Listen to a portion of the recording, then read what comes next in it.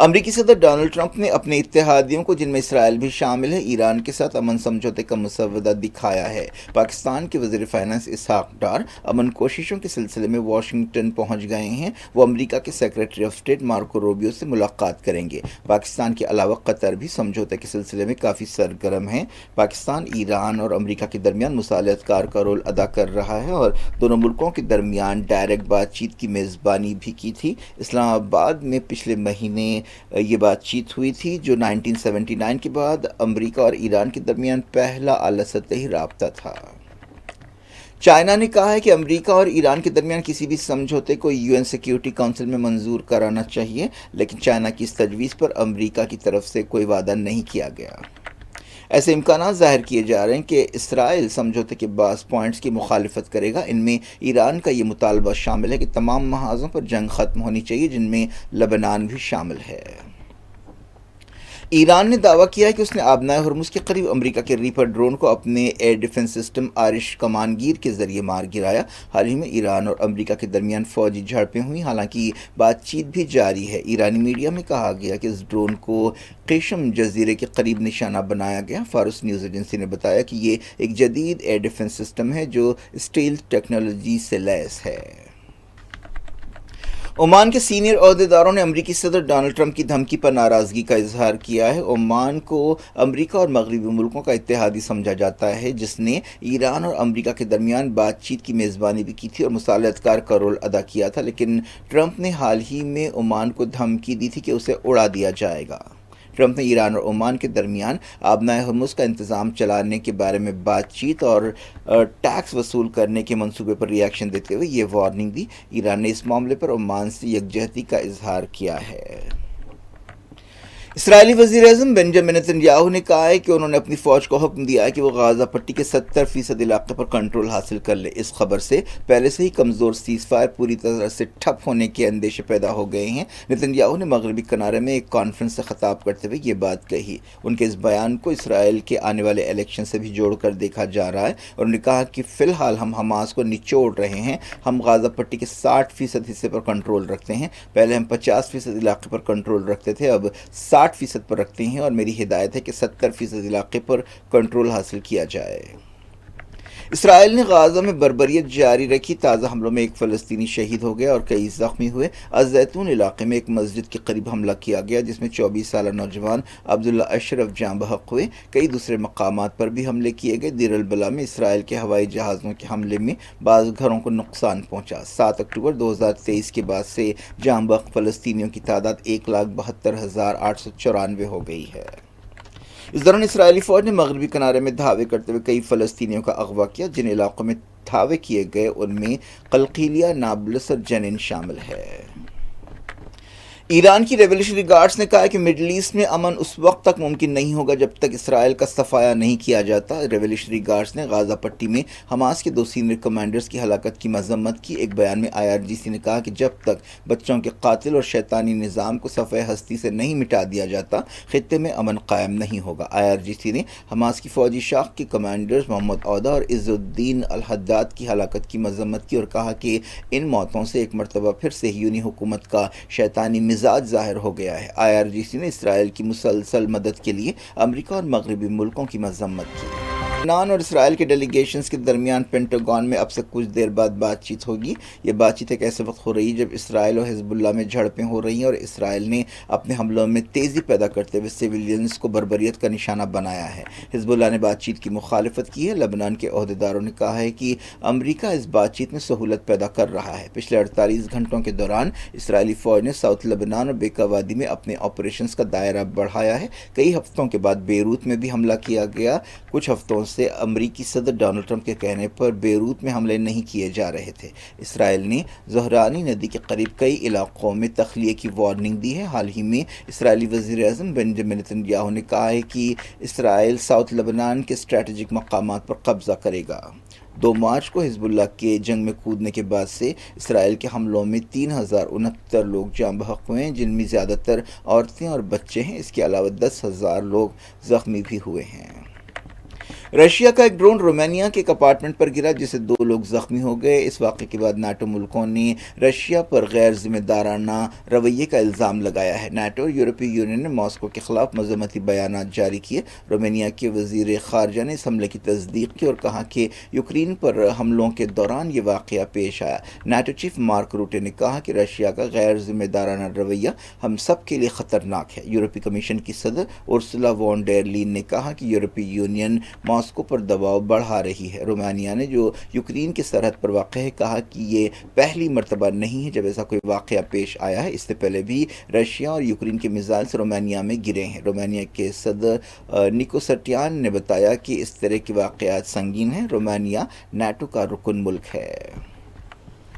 India اور امریکہ نے Indo Pacific علاقے کی سیکیورٹی کے بارے میں بات چیت کی، خاص طور پر چائنا کی سرگرمیوں کے بارے میں تبادلہ خیال کیا گیا۔ سنگاپور سمٹ کے موقع پر یہ بات چیت ہوئی۔ ڈیفنس سیکرٹری راجیش کمار سنگھ نے امریکی کمانڈر ایڈمرل سیموئل سے ملاقات کی اور خطے کے سیکیورٹی چیلنجز کے بارے میں بات چیت کی۔ سنگاپور میں انڈو پیسفک چیلنجز اور فوجیوں کے درمیان تعاون کو مضبوط کرنے پر غور کیا جا رہا ہے۔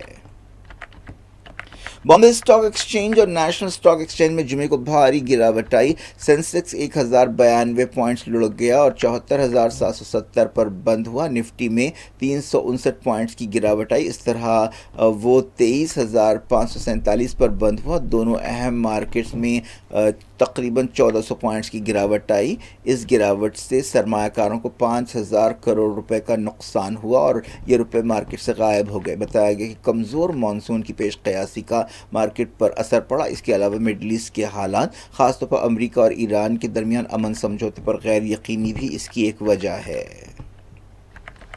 سپریم کورٹ نے جہیز کے مطالبے پر ہراسانی کے واقعات پر غصے کا اظہار کیا ہے۔ سسرالی مکان میں ایک عورت پھانسی سے لٹکی ہوئی پائی گئی تھی۔ اس معاملے پر سنوائی کرتے ہوئے جسٹس بی وی ناگا رتنا اور جسٹس اجول بھویاں کی بینچ نے یہ ریمارک کیا۔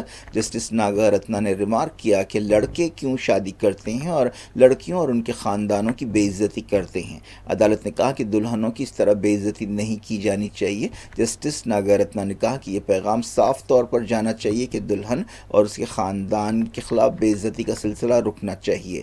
بینچ نے شوہر کے ارکان خاندان کو راحت دینے سے انکار کر دیا۔ اس کیس کا تعلق 2010 کے ایک واقعے سے ہے جس میں چھتیس گڑھ میں ایک عورت شادی کے 3 سال بعد پھانسی سے لٹکی ہوئی پائی گئی تھی۔ یہ ریمارک ایک ایسے وقت کیا گیا جب ماڈل تویشا شرما کی موت پر ملک میں غصے کا ماحول ہے اور اس کے شوہر کو گرفتار کیا گیا ہے۔ اس کی ساس کے خلاف بھی مقدمہ درج ہے جو ایک سابق جج رہ چکی ہے۔ سی بی ایس ای نے 12ویں جماعت کے پرچوں کی دوبارہ جانچ سے متعلق ویب سائٹ کی لانچنگ کو ملتوی کر دیا ہے۔ بعض اسٹوڈنٹس نے شکایت کی ہے کہ سی بی ایس ای نے جو پرچے اپلوڈ کیے ہیں یا جو آنسر شیٹس اپلوڈ کیے ہیں اس میں ان کی تحریر نہیں ہے۔ بورڈ نے مانا ہے کہ اس میں کچھ خامیاں ہیں۔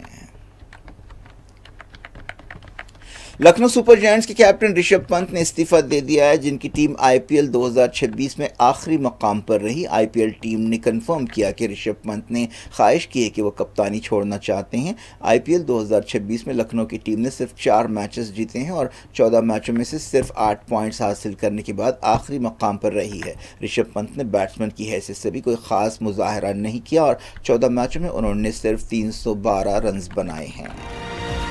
کیا کچھ ہو رہا ہے آپ کی دنیا میں؟ آخر میں ہیڈ لائنز دنیا بھر سے ایک بار پھر دیکھتے ہیں۔ Narayana School's Falak Numa unlocks your child's potential to fulfill your dreams. Perfected over 47 years, our age-appropriate curriculum nurtures overall development of students. As one of Asia's largest educational institutions with over 950 campuses across 23 states, Narayana aims to turn your dreams into reality because your dreams are our dreams. Admissions open for academic year 26-27. Enroll now. For more details, call 81-799-62773 or 81-799-62098. Welcome to Hidayah Islamic International School, where education meets excellence. A world-class learning environment designed to inspire young minds. Every morning begins with warmth, respect, and a welcoming atmosphere. Experienced teachers and active participation. Hands-on experiment and our modern science labs. A well-stocked library nurtures a love for reading and knowledge. With strong Islamic values, join Hidayah Islamic International School. Your child's bright future begins here.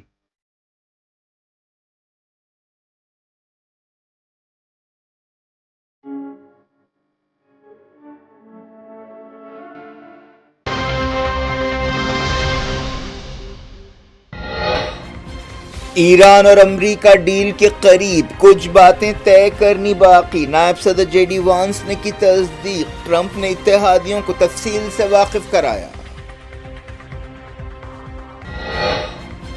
Hormuz جہازوں کے لیے کھولی جائے گی، امریکہ ناکہ بندی ہٹائے گا، ایران کے خلاف پابندیاں نرم کی جائیں گی، ڈیل کے اہم پوائنٹ۔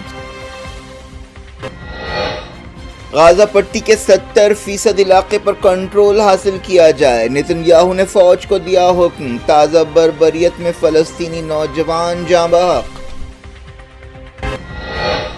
اسرائیل کے صفائے تک مڈل ایسٹ میں امن نہیں ہوگا، IRGC کا سخت بیان، حماس کمانڈرز کی ہلاکت پر مذمت کا اظہار۔ لبنان اور اسرائیل کے ڈیلیگیشنز واشنگٹن پہنچے، پینٹاگون میں بات چیت ہوگی، حزب اللہ نے کی مخالفت۔ رشیا کا ڈرون رومانیہ کے اپارٹمنٹ پر گرا، نیٹو اور یورپی یونین نے کی مذمت، ماسکو کے رویے کو غیر ذمہ دارانہ قرار دیا۔ انڈیا اور امریکہ نے سنگاپور سمٹ کے موقع پر پیسیفک علاقے کے سیکیورٹی چیلنجز کا لیا جائزہ۔ اسٹاک مارکیٹس میں بھاری گراوٹ، سینسیکس اور نفٹی 1400 پوائنٹس لڑکے، کمزور مانسون کی پیش قیاسی اور مڈل ایسٹ کے حالات کا اثر۔